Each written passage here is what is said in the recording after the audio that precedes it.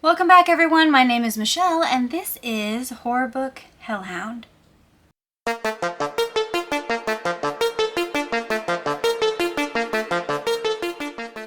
So today, as you can probably guess by the title, we are going over all of the many books that I read in February. So let's just dive into this, shall we? So the first book that I read this month was called Pine by Francine Toon.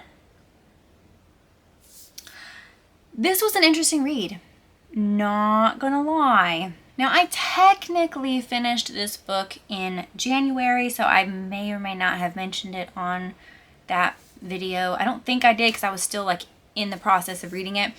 But this is a very creepy book. I don't really know how else to describe it. This book is somewhat of a snapshot into different individuals' lives. It starts out more along the lines of like a gothic horror, but then kind of devolves into a mystery. I really did enjoy it. I think I gave it like a 3 out of 5 on the reading scale, 3 out of 5 stars. And that's just because I really did enjoy it, but I'm not entirely sure I'll ever read it again. And it wasn't really like my particular cup of tea. So yeah, definitely some supernatural elements going on. It was kind of, even on the covers, there's a blurb that says a literary gothic thriller. Yeah, I feel like that's pretty fitting, to be honest with you.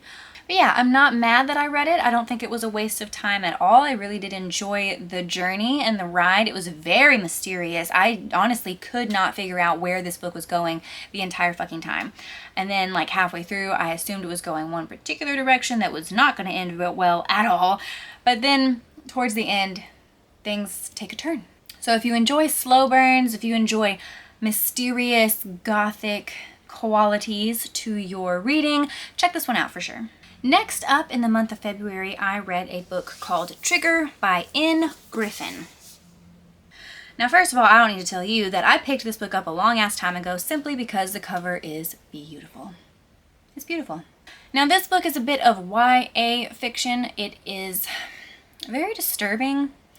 As disturbing as YA can get, so don't think that this is like anything super extreme. This book is about a girl named Dee Dee and the very tumultuous relationship she has with her father.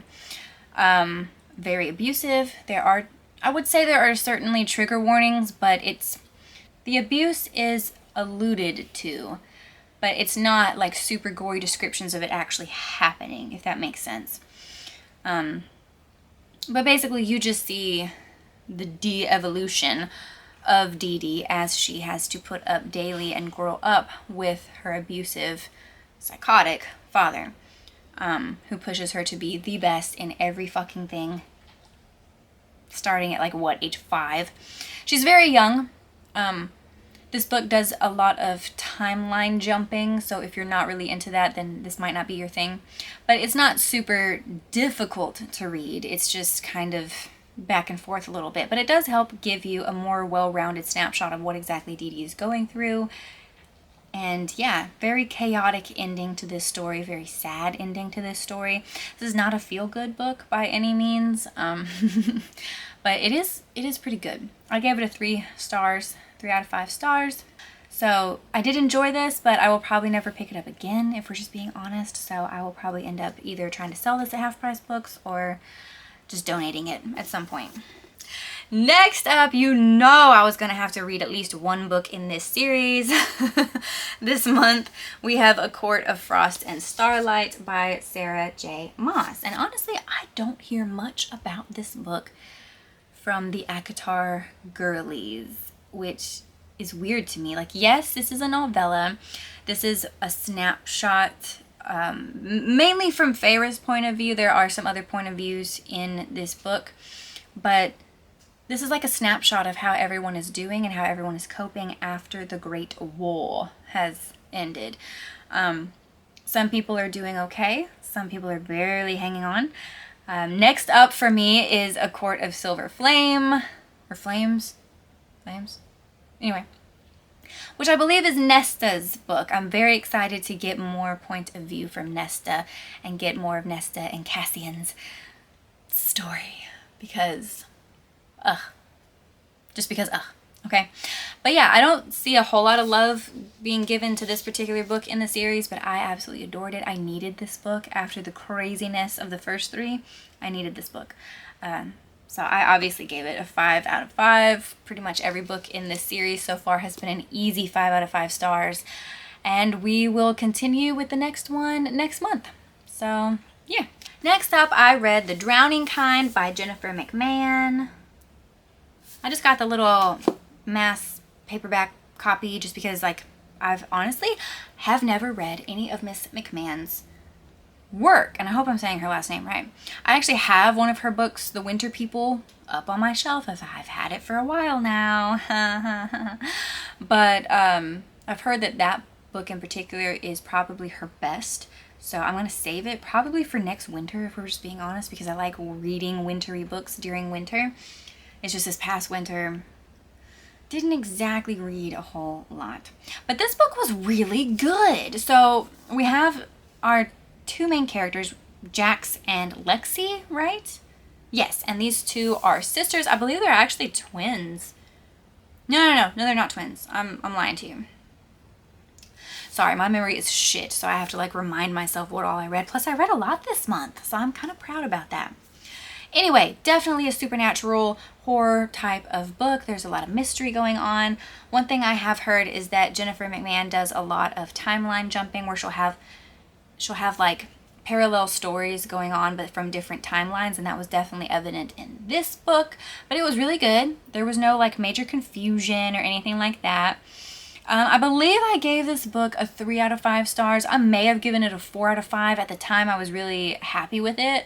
I really enjoyed how it ended, even though it didn't have like the best ending in the world, but come on, it's a horror novel. We don't expect best endings, okay? But yeah, there was definitely a lot of mystery to this story, and I honestly enjoyed it. I enjoyed it quite a lot, so we're just going to leave it at that. If you enjoy kind of like slow burn, mysterious horror novels that involve strange happenings that involve water, then you might want to check this one out.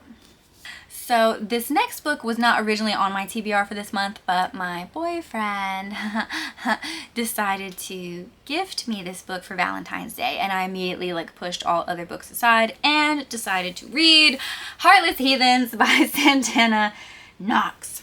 I have been hearing about this book all over Book Talk for a hot minute. Yeah, had to have it, had to read it. So for those of you who may not know, this is definitely considered like a dark romance. It has like a wide choose trope. We have 3 main male characters, 1 main female character. Use your imagination, people. But I really enjoyed the setting. We're like in a dystopian world where specifically Christianity has basically overruled politics in America and has basically turned America into hell on earth, even though it's kind of already there, but that's beside the point. So yeah, Heartless Heathens, wonderful book. I enjoyed the characters so much. You get all the different point of views from all the main characters. So we have Sunny, Felix, and Corvin for our 3 main male characters, and we have, what was her name? And we have Romina, who is our female main character. Now, there's a lot of nods to the Hunchback of Notre Dame in this book, which I love so much. I think that's adorable. But basically, in this world, everything is somewhat flipped. Our main Christian leaders of the country are all absolutely evil people.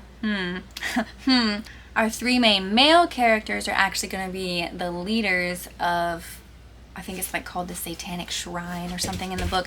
Basically, kind of like the Satanic Temple, except none of this is based off of real world religions, okay? Like, it basically takes the bare bones concept of Satanism and Christianity, and then spirals out into completely fictional creations. So there is a disclaimer about that from the author. She's, very blatantly stating that these are all fictionalized religions, so maybe don't get too butthurt about them.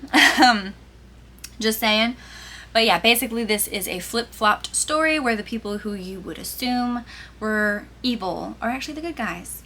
And not even that they're good guys. It's just better the devil you know. Or rather, better the devil that gives better head. I'm gonna leave it at that. Oh, by the way, I gave Heartless Heathens 4 out of 5. 4 out of 5. Fabulous book. The next book I read for the month of February was Road of Bones by Christopher Golden? Yeah, Christopher Golden. Short little read. I fucking loved this book. For the longest time, I wasn't going to read this book just because everybody, like, on BookTube and Book Talk was like, eh. And I wasn't really hearing much about it, so it kind of just sat on my shelf forever. Finally picked it up. Finally read it, and I was not disappointed. This was really interesting. Definitely have some creature features going on. We have some very strange, like, folklore elements. I really love that most of this takes place in, like, Siberia, Russia. That's cool.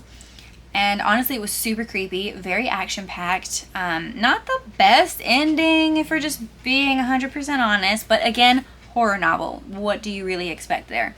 But it was a very fitting ending, and I enjoyed it so much. I also gave this book a 4 out of 5 stars. Next up, I read The Watchers by A.M. Shine. Holy fucking shit. I had this book sitting on my shelf for almost a year now, thinking, oh, it just kind of doesn't really look like my thing. My boyfriend picked it out because I couldn't figure out what to read next, so I was just like, hey, pick a book for me. He picked this book. Wonderful fucking book, okay? Like, I am a huge fan of slow burns, super creepy, somewhat gothic horror.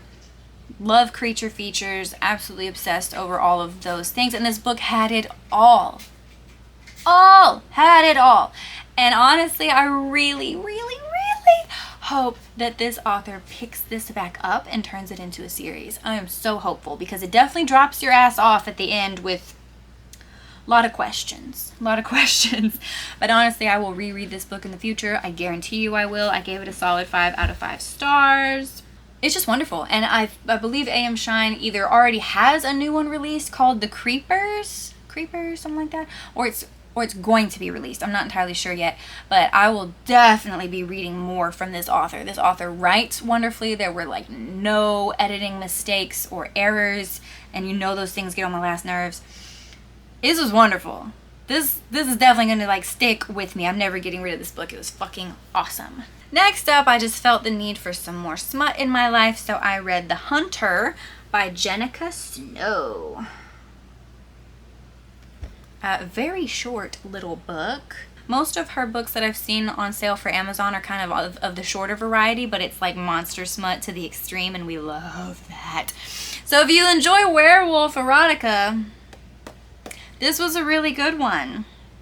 Now, be advised, I only gave it a 3 out of 5 stars, but that's just based on my personal preferences. I usually enjoy even smut, yes, that is longer. You know what I mean? Like, I enjoy books that have more of a plot line. They're not just like straight to the business, mind porn, we're done, which is kind of how this book felt, if I'm just being honest. Like, yes, there was a tiny bit of like subplot going on, but for the most part, this was just straight up mind porn, monster smut, and we love that. I'm not saying we don't love that.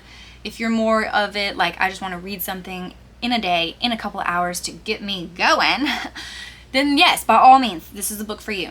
But if you're like me and you usually enjoy books that have more plot than smut, but like also still just give you all the smut you want, then I think you'll still enjoy it. You just might not enjoy it quite as much. The next book that I read for the month of February was The Gargoyle Prince by Rebecca F. Kinney. This cover is so fucking cute. Look at that. Look at that. Now, Rebecca F. Kinney has a shit ton of books similar to this vein on sale on Amazon. Did not know. Just discovered her. Will be reading more. I did not expect to enjoy this book as much as I did. Like, yes, gargoyle smut. Gargoyle erotica. We love that. But the plot, the steampunk vibe of this book was so fucking enjoyable. And the plot really took me by surprise because I didn't expect there to be that much character development, that much like mystery elements to it. I really didn't expect there to be so much to this book other than the gargoyle smut. So I really fucking liked this. Like this compared to The Hunter, this is more my type of book. Like it's still kind of on the short side, but there's enough to it that gives my mind some plot to digest. It gives me some character development to enjoy. It's not just straight up mind porn, although there is plenty of that as well. It's like a nice even balance. So yeah, definitely enjoyed this book. I think I only gave it 4 out of 5 stars just because it's not like something that I'll reread a million times per se, but definitely more enjoyable than just like your generic monster smut read. So I'll definitely be checking out more of Miss Kinney's work for sure. Now I am also reading Barbarian Mine right now. I just don't know if I'm going to actually have it finished by the time that this video goes up or by the time this month is over, to be honest with you. I have read so many fucking books this month. I'm very proud. Keep an eye out for my upcoming March TBR. I did manage to read all of the books on my last TBR video. I am very proud of myself because that never happens. And I added some to the mix. So we're going to keep up with that momentum. And yeah, that'll probably be the next video that's posted is my March TBR. So yes, sorry that this video was so crazy long.